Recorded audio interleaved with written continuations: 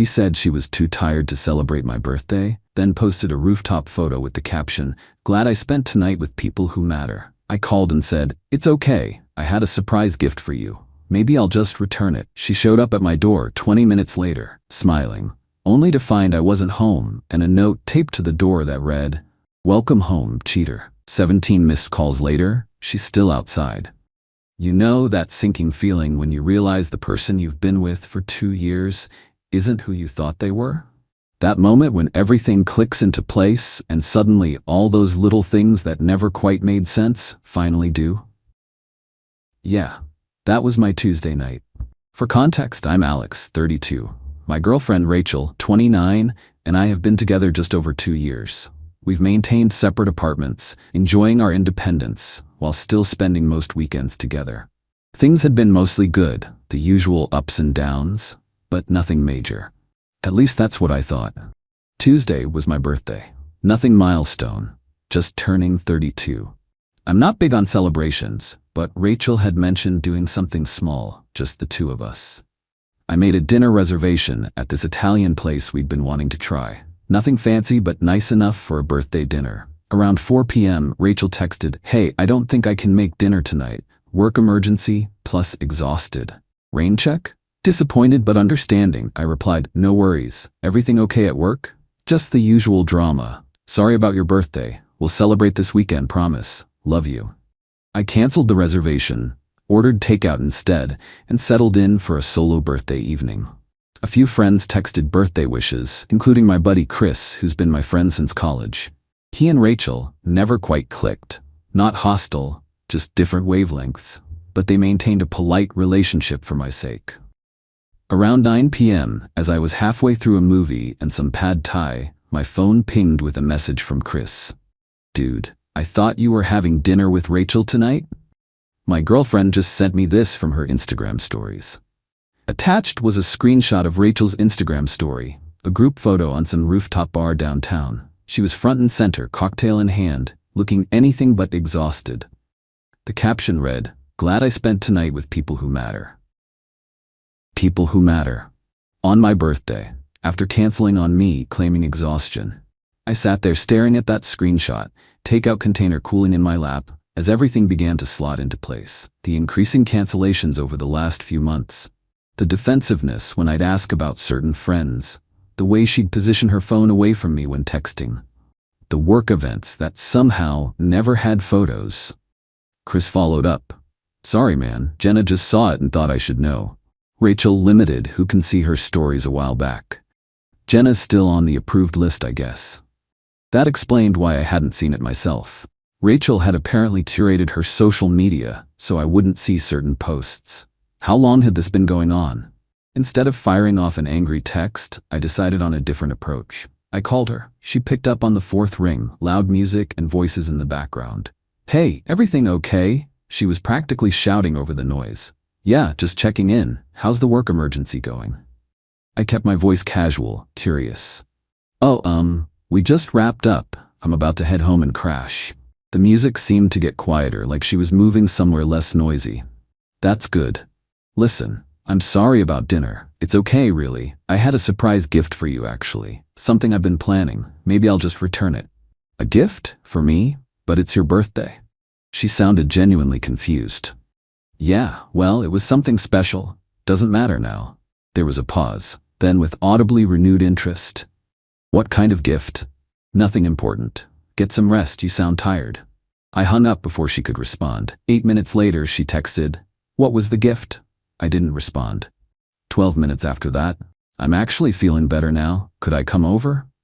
I waited a few more minutes, then replied, "Sure. I'll be here. On my way. 15 minutes tops." The thing is, I wasn't going to be there. I quickly grabbed my keys, wallet, and a notepad.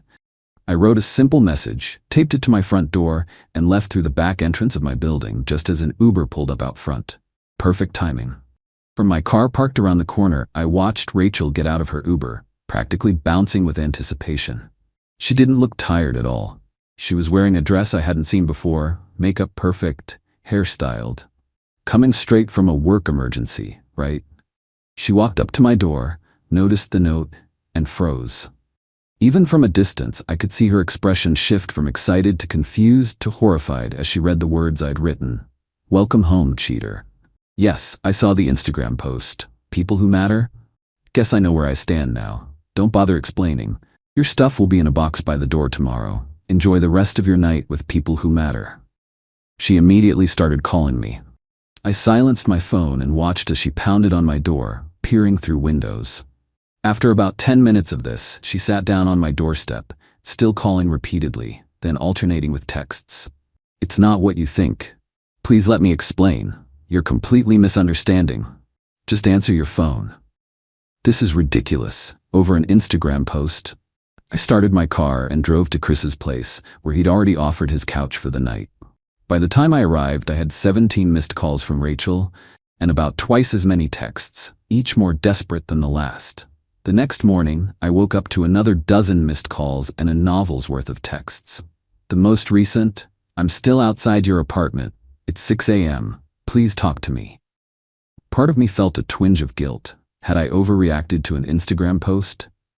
But then I remembered the elaborate lie about a work emergency, the exhaustion, and the deliberate hiding of her social media from me. This wasn't just about one night or one post. This was a pattern.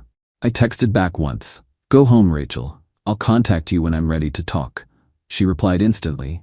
Please, you don't understand. Can I please explain in person? It's not what you think. Against my better judgment, I agreed to meet her for coffee at a neutral location, a cafe downtown where we'd be in public. I needed answers, not more lies. When I arrived, Rachel looked terrible, still in last night's clothes, mascara smudged, clearly hadn't slept. As soon as I sat down, she launched into her explanation. It wasn't a date, it was just friends from work. I know how it looked, but I cut her off. I never said it was a date. I said you lied about being too tired from a work emergency, then posted about being with people who matter on my birthday after canceling our plans. That's what hurts. I know, and I'm so sorry. It was stupid. The post was thoughtless. I didn't mean you don't matter. Then why hide your Instagram stories from me? Chris's girlfriend saw it, but somehow I couldn't. You've been curating what I see, Rachel. For how long? She looked down at her coffee. A few months, but it's not what you think. Then what is it? That's when she dropped the bombshell. I've been trying to make you jealous, she admitted, her voice small. Things have felt, I don't know, routine lately. You've been distracted. I thought if you saw me having fun without you, maybe you'd pay more attention? Try harder? I sat back, stunned. So you deliberately asked Jenna to show Chris that Instagram story knowing he'd send it to me? She nodded, unable to meet my eyes. I didn't think you'd react like this. I thought you'd just, I don't know, want to spend more time with me or something. So there was no work emergency?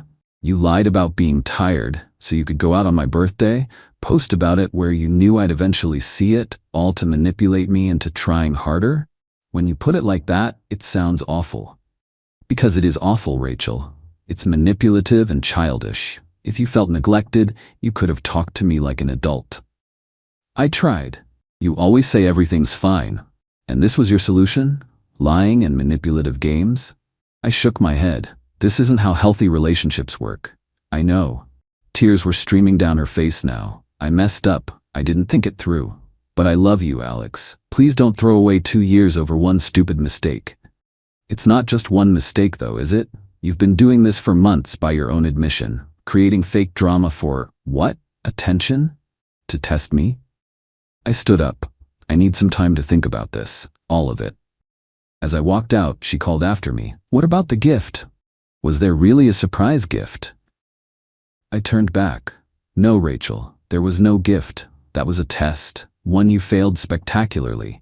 You canceled on my birthday, lied about why, then came running when you thought there was something in it for you. I blocked her number later that day. Dropped a box of her things with the front desk at her building. It's been 2 weeks now. She's tried reaching out through mutual friends, even showed up at my workplace once. Security escorted her out.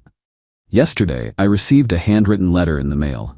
10 pages of apologies, explanations, and promises to change. She admitted to having played similar tests throughout our relationship, intentionally mentioning other guys to gauge my reaction, creating fake emergencies to see how quickly I'd respond, purposely posting ambiguous social media content, hoping to make me jealous. The rooftop wasn't even with coworkers. It was with friends who were in on the plan to make me jealous. The People Who Matter caption was deliberately crafted to hurt me just enough to wake me up to the possibility of losing her. 2 years of what I thought was a good relationship, and it turns out I was just an unwitting participant in her emotional games. I haven't responded to the letter. I'm not sure I will. Some betrayals aren't about sex or other people. They're about trust and respect. She had none for me, for our relationship, or apparently for herself. Sometimes the trash takes itself out. All it needed was a little note on the door to show its true colors. Eat it. Thanks for all the comments. To the people saying I should have just talked to her first, I get it, but the Instagram post wasn't what ended our relationship. It was the elaborate lie about why she couldn't celebrate my birthday, followed by the revelation of months of manipulative behavior. When someone shows you who they are, believe them. Edit 2. For those asking about the cheater accusation, may be technically incorrect since I don't have evidence of physical cheating, but emotional manipulation and deliberately hiding things from your partner falls under relationship infidelity in my book. Call it what you want. The end result is the same. Edit 3. Update. It's been a month now. Rachel eventually stopped trying to contact me after I made it clear through a mutual friend that I wasn't interested in reconciliation. Last I heard, she's telling people I was emotionally unavailable, and that's why she had to test my commitment. Bullet dodged.